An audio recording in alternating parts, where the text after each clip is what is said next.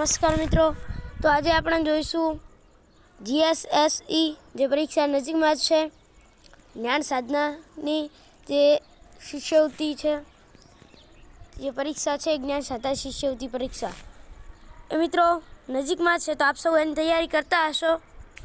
તો મિત્રો અત્યારે જ્ઞાન સાધનાની અંદર વિષય છે ગુજરાતી. એની અંદર મિત્રો આપણે આગળના વિડીયોમાં ભાગ 1 જોઈ ગયા. તો મિત્રો હવે આપણે જોઈશું ભાગ 2, જે ગુજરાતી વિષયનો છે, જે જ્ઞાન સાધના સ્કોલરશિપ પરીક્ષા છે એની અંદર. તો મિત્રો આપ સૌ પરીક્ષાની તૈયારી કરતા હશો, જે નજીકમાં છે. ન કરતા હોય તો અમારી પીએચ પ્રજાપતિ યુટ્યુબ ચેનલમાંથી તૈયારી કરવાનું ચાલુ કરો. તો મિત્રો ભાગ 2 જોઈ લઈએ. 30મું છે કે ઘોડો તો શું આપેલું છે? વછેરું. શું આપેલું છે? ઘોડો તો વછેરું. એટલે કે શું મિત્રો અહીંયા આપણને કંઈક મગજમાં બેસતું એવું લાગે કે હા કે ઘોડો છે તો વછેરું એટલે એનું બચ્ચું હોય. આ તો એક બાજુ પ્રાણી છે ને એનું બચ્ચાની વાત છે. તો ઘોડો હોય તો એના બચ્ચાનું નામ વછેરું કહેવાય. તો જો સાપ હોય તો એના બચ્ચાને શું કહેવાય? તો મિત્રો એમાં જોઈએ કે એક તો વાત બાકી છે કે અહીંયા પ્રાણીઓને તેમના બચ્ચાની વાત છે. તો સાપ તો શું આવે? તો મિત્રો અહીંયા આપણને ઓપ્શનો આપેલા છે A, B, C અને D. તો મિત્રો એમાં પહેલાં આપણે ઓપ્શનો જોઈ લઈએ કે કયા કયા છે. એ ઓપ્શન છે પીલા, એટલે કે પીલું. ત્યારબાદ બી ઓપ્શન છે કણો, સી ઓપ્શન છે લવારું અને ડી ઓપ્શન છે સાપોલિયું. તો મિત્રો અહીંયા આપણે જોઈએ તો કે મિત્રો આમાં સાચો જવાબ આવશે ઓપ્શન બી કણો. તો સાપ તો શું આવે? કણો. ઘોડો તો વછેરું, તો સાપ તો કણો. તો મિત્રો એક વાત છે એમ કે જોઈ લઈએ કે તે વાત શું છે. તો મિત્રો જો શું કે પીલા, બરાબર. તો એ કયા પ્રાણીના બચ્ચા છે? પીલા એ બહુવચન છે. એનું એક વચન કરીએ તો શું થાય?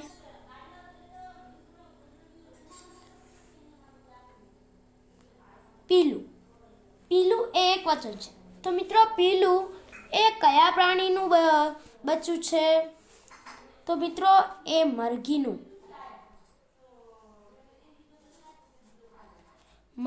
બચ્ચાનું નામ શું? તો કે પીલું. તો સાચો જવાબ આવે પીલું. એ તો મરઘીના બચ્ચાનું છે, માટે પીલું એ પણ આવશે નહીં. ત્યારબાદ મિત્રો જો બીજો ઓપ્શન શું છે એ સાઈડમાં રાખો. કણો આપણને તો ખબર પડી. લવારું એ કયા પ્રાણીનું બચ્ચું છે?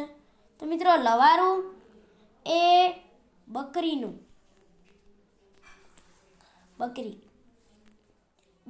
બચ્ચું લવારું. એ આપણે બોલતા હોઈએ છીએ કે બકરીનું બચ્ચું લવારું. તો મિત્રો લવારું તો બકરીનું બચ્ચું લવારું. અને ત્યારબાદ સાપોલિયું. તો મિત્રો સાપોલિયું એટલે કે જે જીવજંતુ આવતા હોય છે અને સાપોલિયાનું બચ્ચું. તો મિત્રો એ રીતે કણો વધ્યું. શું વધ્યું? કણો.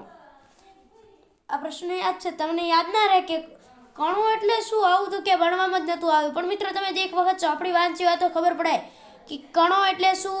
તો કે સાપના બચ્ચાને કણો કહેવાય છે. તો એ રીતે મિત્રો આપણે જવાબ લખી શકીએ કે એને કણો કહેવાય. ઓકે મિત્રો, ત્યારબાદ છે 31મું. શું છે પ્રશ્ન? કે ગુફા તો સી તો તબેલો તો શું? ગુફા તો સી એટલે હા ભાઈ કે હવે ખબર પડી કે ગુફા એટલે જ્યાં રહેઠાણ છે અને સી એક પ્રાણી છે. એટલે શું થયું? એ પ્રાણીનું જે રહેઠાણ છે એ જ આપેલું છે. જો ગુફા તો સી હોય તો તબેલો તો શું? તો મિત્રો અહીંયા આપણને એ ગુફા તો એ રહેઠાણ છે ને સી એ પ્રાણી છે. તો પ્રાણી અને તેમના નિવાસસ્થાન રહેઠાણનું એ આપણને આપેલો છે. તબેલો તો શું આવે? મિત્રો અહીં આપણને ઓપ્શનો આપેલા છે. એ ઓપ્શન આપેલો છે જેમાં એ ઓપ્શન છે તબેલો, તો કયું પ્રાણી આવે? બિલાડી આવે. એ પછી બી ઓપ્શન છે કૂતરો, સી છે ગાય અને ડી છે ઘોડો. તો મિત્રો એમાં સાચો જવાબ આવશે ઓપ્શન ડી, ઘોડો. તો મિત્રો ઘોડો છે ક્યારે? તબેલામાં. બરાબર. તબેલું રહેઠાણ છે એ કયા પ્રાણી માટે છે? તો કે છે ઘોડા માટે. તો મિત્રો બિલાડી એ ક્યારે? દરેક જગ્યાએ રહે. કોઈ ઘર હોય ઘરમાં રહે. તો એ રીતે મિત્રો બિલાડી રહે. ત્યારબાદ મિત્રો પ્રશ્ન એ થાય કે આ બધા છે અલગ અલગ નિવાસ સ્થાને રહેતા હોય. જેમ કે મિત્રો કૂતરો હોય. શું? કૂતરો એ ક્યાં રહે? કે બધી જગ્યાએ? ના, કૂતરો એ કૂતરા ઘરમાં રહે. કૂતરો એ કૂતરા ઘરમાં. ચોપડીના પ્રમાણે કહું છું કે કૂતરો એ કૂતરા ઘરમાં રહે. બરાબર. બિલાડી એ તમામ જગ્યાએ રહી શકે, અલગ અલગ જગ્યાએ રહી શકે. એનું ચોક્કસ નિવાસ સ્થાન પણ હોઈ શકે. તો મિત્રો ગાય, તો હા, ગાયનો પ્રશ્ન ઊભો થયો કે ગાય તો એ બધા આપ સૌ જાણતા જ હશો ને આપ સૌને ખબર જ હશે કે જે ગાય છે એ ગાય ક્યાં રહે? તો મિત્રો તમારા ગામમાં એક તો હોય, શું હોય? ગાયો માટેની ગૌશાળા. ગાયોની ગૌશાળા હોય. તો ગાયો ક્યાં રહે ભાઈ? ગાયો ગૌશાળામાં રહે ભાઈ. ગાયો ક્યાં રહે? ગૌશાળામાં. અને ત્યારબાદ મિત્રો ઓપ્શન આવે છે ઘોડાનું. તો ઘોડો ક્યાં રહે? તબેલામાં રહે. પછી એમ ના કહેવાય કે ભેંસ એ તબેલામાં રહે. ના મિત્રો, ઘોડો એ તબેલો હોય એનો. ત્યારબાદ મિત્રો એ તો ખબર પડી ગઈ કે ગુફા હોય એ સિંહ માટેની હોય ને તબેલો હોય ઘોડા માટે હોય. ત્યારબાદ મિત્રો 32મું કે રાજ્ય રાજસ્થાન છે તો એ જયપુર. ગુજરાત તો શું? તો મિત્રો એક વાત આના ઉપરથી ખબર પડી જાય કે અહીંયા પાટનગરોની વાત થાય છે. ગુજરાતનું પાટનગર ગાંધીનગર, રાજસ્થાનનું પાટનગર જયપુર. તો મિત્રો આપ સૌ જાણો છો એ રીતે મિત્રો આ તો જવાબ બની જ ગયો કે ગુજરાતનું પાટનગર ગાંધીનગર થઈ ગયું. પણ મિત્રો આમાં ઓપ્શન શું હતા? ઓપ્શન એ હતો ગાંધીનગર, બી હતો ઈડર, સી હતો વડોદરા અને ડી હતો અમદાવાદ. તો મિત્રો ગુજરાતનું પાટનગર તો શું થાય? ગાંધીનગર જ થાય. કાં ઈડર થાય? ના થાય. વડોદરા થાય? ના થાય. અમદાવાદ થાય? ન થાય. તો મિત્રો એ રીતે રાજસ્થાનનું પાટનગર જયપુર, તો ગુજરાતનું પાટનગર ગાંધીનગર.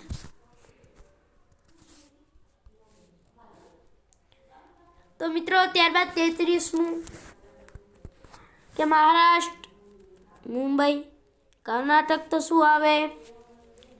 તો મિત્રો અહીંયા આપણને ઓપ્શન આપેલા જ છે જેમાં એ ઓપ્શન છે મૈસૂર, બી છે હૈદરાબાદ, સી છે બેંગ્લોર અને ડી છે ચેન્નાઈ. તો મિત્રો એમાં સાચો જવાબ આવશે ઓપ્શન સી બેંગ્લોર. શું આવશે? Option C Bangalore. તો મિત્રો અહીં આપણને એક વાત જોઈને ખબર પડી જાય કે આ શું કહેવા માંગે છે. તો મિત્રો આ એ કહેવા માંગે છે કે એક બાજુ ભારતના દેશો છે. શું છે? મહારાષ્ટ્ર તો ભારતનો એક દેશ જ છે, એક ભાગ છે. અને તે રાજ્યનું પાટનગર, ભારત દેશનું રાજ્ય અને તેનું પાટનગરની વાત છે. મહારાષ્ટ્ર એ ભારત દેશનું રાજ્ય છે અને મુંબઈ એ એનું પાટનગર છે. તો મિત્રો કર્ણાટકનું શું આવે? તો મિત્રો એમાં આવશે બેંગલુરુ. કારણ કે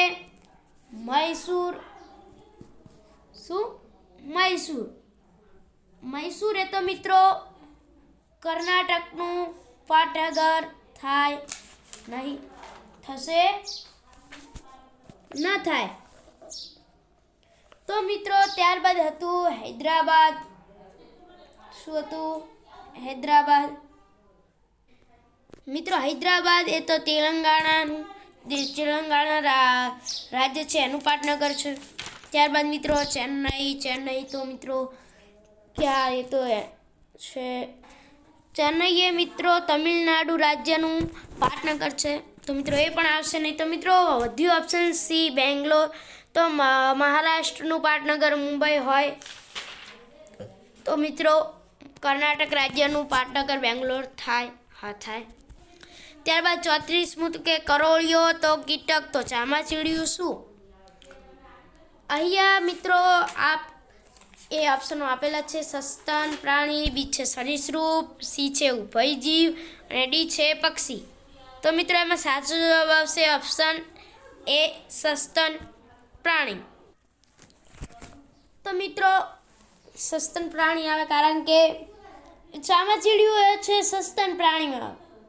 શેમાં આવશે? સસ્તન પ્રાણી. સરીસૃપ પ્રાણીઓમાં તો ઉદાહરણ તરીકે ગરોળી હોય, સાપ હોય, અજગર હોય, કોઈ વૃક્ષ હોય કે ગરોળી કેમેલિયોન હોય તો એ આવી શકે. શેમાં? સરીસૃપમાં. અને ઉભયજીવ તો મિત્રો જે ઉભયજીવમાં તો દેડકો હોય, મગર હોય, કાચબો, ટોળ, સાલામાન્ડર, કરચલો વગેરે હોય એ શેમાં આવી શકે? ઉભયજીવમાં. અને પક્ષીમાં તો મિત્રો પક્ષીમાં તો આપ સૌ જાણો છો પક્ષીઓ ઉડતા હોય અને પક્ષીઓ બધા એમાં જ આવે. બરોબર. તો મિત્રો એ પક્ષીઓમાં આવે. તો માટે જવાબ આવશે ઓપ્શન એ સસ્તન. તો કરોળિયો એ કીટક હોય તો ચામાચીડિયું એ સસ્તન પ્રાણીમાં આવશે. ત્યારબાદ મિત્રો 34મું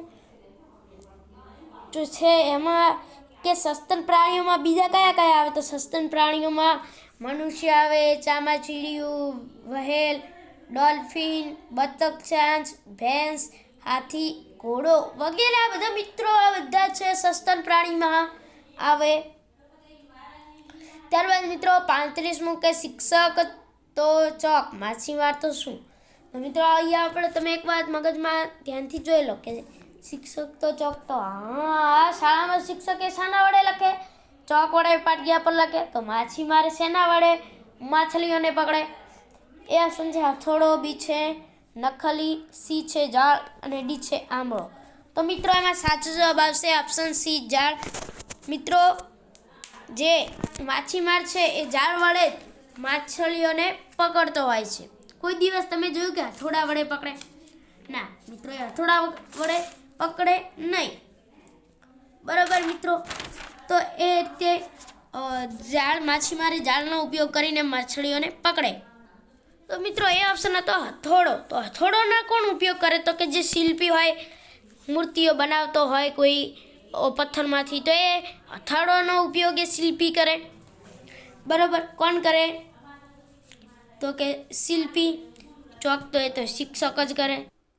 ત્યારબાદ મિત્રો બી ઓપ્શન હતો નખલી. તો નખલીનો ઉપયોગ કોણ કરે? મોચી કરે. જાળનો ઉપયોગ માછીમાર કરે. અને શું હતું? અળંબો. અળંબોનો ઉપયોગ મિત્રો કળીઓ કરે. અલંબો. બરાબર મિત્રો. ત્યારબાદ મિત્રો 36મું શું છે? 36મું કે બંદૂક તો ગોળી મારવા. ચોક તો શું? એક વાત મિત્રો ધ્યાનમાં રાખો કે બંદૂક હોય તો એ ગોળી મારવા માટે જ ઉપયોગ થાય. તો એક સાધન છે અને તેનો ઉપયોગ છે કે એનો શું ઉપયોગ થાય એ છે. બરાબર. તો મિત્રો એમાં આપણને અહીંયા ઓપ્શનો એમાં પછી છે ચોક. તો ચોક એ શાના માટે ઉપયોગ થાય? ચોકનો શાના માટે ઉપયોગ થાય? તો એ ઓપ્શન છે ખોદકામ, બી છે લખવા, સી ઓપ્શન છે ભૂંસવા અને ડી છે તાપમાન માપવા. તો મિત્રો એમાં સાચો જવાબ આવશે ઓપ્શન સી, ઓપ્શન બી લખવા. તો ચોકનો મિત્રો ઉપયોગ એ લખવા માટે થતો હોય છે. તો મિત્રો ખોદકામ માટે તો કે ખોદકામ માટે પાવડાનો ઉપયોગ થતો હોય. બરાબર. ભૂંસવા માટે શેના માટે? કોઈ વસ્તુ લખી હોય અને ભૂંસવા માટે શેનો થાય? રબરનો ઉપયોગ થાય. ત્યારબાદ મિત્રો હતું કે તાપમાન માપવા માટે. તો મિત્રો થર્મોમીટરનો ઉપયોગ થાય તાપમાન માપવા માટે. એ પણ આવે નહીં. ચોકનો ઉપયોગ તો મિત્રો લખવા માટે જ થાય. ત્યારબાદ મિત્રો 37મું કે વાવણીઓ, બીજની વાવણી. વાવણિયાથી મિત્રો શું થાય? બીજની વાવણી. તો દાંતરડું તો શું આવશે? તો મિત્રો અહીંયા આપણને ઓપ્શનો આપેલા છે. એ ઓપ્શન છે જમીનને સમતળ કરવા, બી છે જમીન ખેડવા, સી ઓપ્શન છે લાકડા કાપવા અને ડી ઓપ્શન છે લણણી કરવા. તો મિત્રો એમાં સાચો જવાબ આવશે ઓપ્શન ડી લણણી કરવા. તો મિત્રો વાવણીઓ તો બીજની વાવણી કરવા માટે ઉપયોગ થતો હોય તો દાંતરડું તો લણણી કરવા માટે ઉપયોગ થાય. તો મિત્રો એ ઓપ્શન હતું કે જમીન સમથળ કરવા. તો મિત્રો જમીનને સમથળ કરવા માટે સમારનો ઉપયોગ થાય છે અને જમીનને ખેડવા માટે તો મિત્રો હળનો ઉપયોગ થાય. જ્યારે મિત્રો હતું કે લાકડા કાપવા માટે તો કરવતનો ઉપયોગ થતો હોય છે અને દાંતરડું તો લણણી કરવા માટે દાંતરડાનો ઉપયોગ થાય છે. એ ઓપ્શન છે વેઇટર. તો એ ઓપ્શન છે વેઇટર તો સામે છે રેસ્ટોરન્ટ. અને વૈજ્ઞાનિક તો શું આવશે? તો મિત્રો અહીંયા આપણને ઓપ્શન આપેલા છે. એ ઓપ્શન છે પ્રયોગશાળા, બી છે કોર્ટ, સી છે દુકાન અને ડી છે ઘર. તો મિત્રો એમાં સાચો જવાબ આવશે ઓપ્શન એ પ્રયોગશાળા. તો મિત્રો વૈજ્ઞાનિક હોય એ પ્રયોગશાળામાં હોય. તો મિત્રો અહીંયા એક વાત તમે જોયું કે વેઇટર એ ક્યાં હોય? સ્થળ છે કે એ ક્યાં હોય? એનું કાર્યસ્થળ કયું હોય? તો મિત્રો વેઇટર તો રેસ્ટોરન્ટ. કોર્ટ. તો મિત્રો કોર્ટમાં કોણ હોય? શું હતું કોર્ટ? તો કોર્ટમાં જજ કે વકીલ હોય. ત્યારબાદ હતું દુકાન. દુકાનમાં કોણ હોય ભાઈ? તમે દરરોજ કોઈને કોઈ વસ્તુ લેવા જતા હોય તો દુકાનમાં કોણ હોય? વેપારી હોય. અને ઘરમાં ઘરમાં કોણ હોય? નોકરો હોય. ઘરમાં રહેવાસી હોય એ હોય. ને વૈજ્ઞાનિકો ક્યાં હોય? પ્રયોગશાળામાં. 39મું કે તેલ તો શું? અને એની આગળ છે ઊન તો ઘેટા. તો ઊન તો ઘેટા, ઊનમાંથી ઘેટા મેળવી શકાય. જો ઊન હોય એ શામાંથી મેળવી શકાય? ઘેટામાંથી ઊન મેળવી શકાય. તો ઓપ્શન છે ઈંડા, બી છે પલ્પ, સી છે અયસ્ક અને ડી છે તેલેબિયા. તો મિત્રો એમાં સાચો જવાબ આવશે ઓપ્શન ડી તેલેબિયા. તો મિત્રો અહીંયાની સામગ્રી છે અને એક બાજુ ઉત્પાદન છે તેનું સામગ્રી. તો મિત્રો ઈંડા છે શેનો શેમાં ઉત્પાદનમાં કામ આવે છે? શું હતું? ઈંડા. તો ઈંડા એ ઓમલેટમાં કામ આવતા હોય છે. પલ્પ એ કાગળ બનાવવા માટેનો ઉપયોગ થાય છે. ત્યારબાદ મિત્રો હતું અયસ્ક એ ધાતુના ઉત્પાદનમાં ઉપયોગ થતો હોય છે.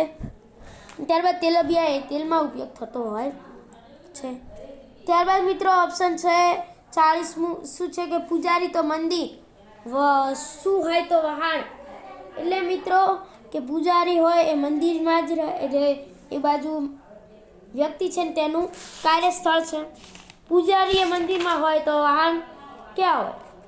એ ઓપ્શન છે નાવિક, બી છે પોલીસ, સી શું આપેલો છે? ઓપ્શન છે એક્ટર અને ડી છે ક્લાર્ક. તો મિત્રો એમાં સાચો જવાબ આવશે ઓપ્શન એ નાવિક. તો મિત્રો જે પૂજારી હોય એ મંદિરમાં હોય, મંદિરની કોણ કરે? સાફ સફાઈ. તો એ મિત્રો પૂજારી કરતો હોય તો વાહનમાં કોણ હોય? તો મિત્રો કોણ હોય? નાવિક.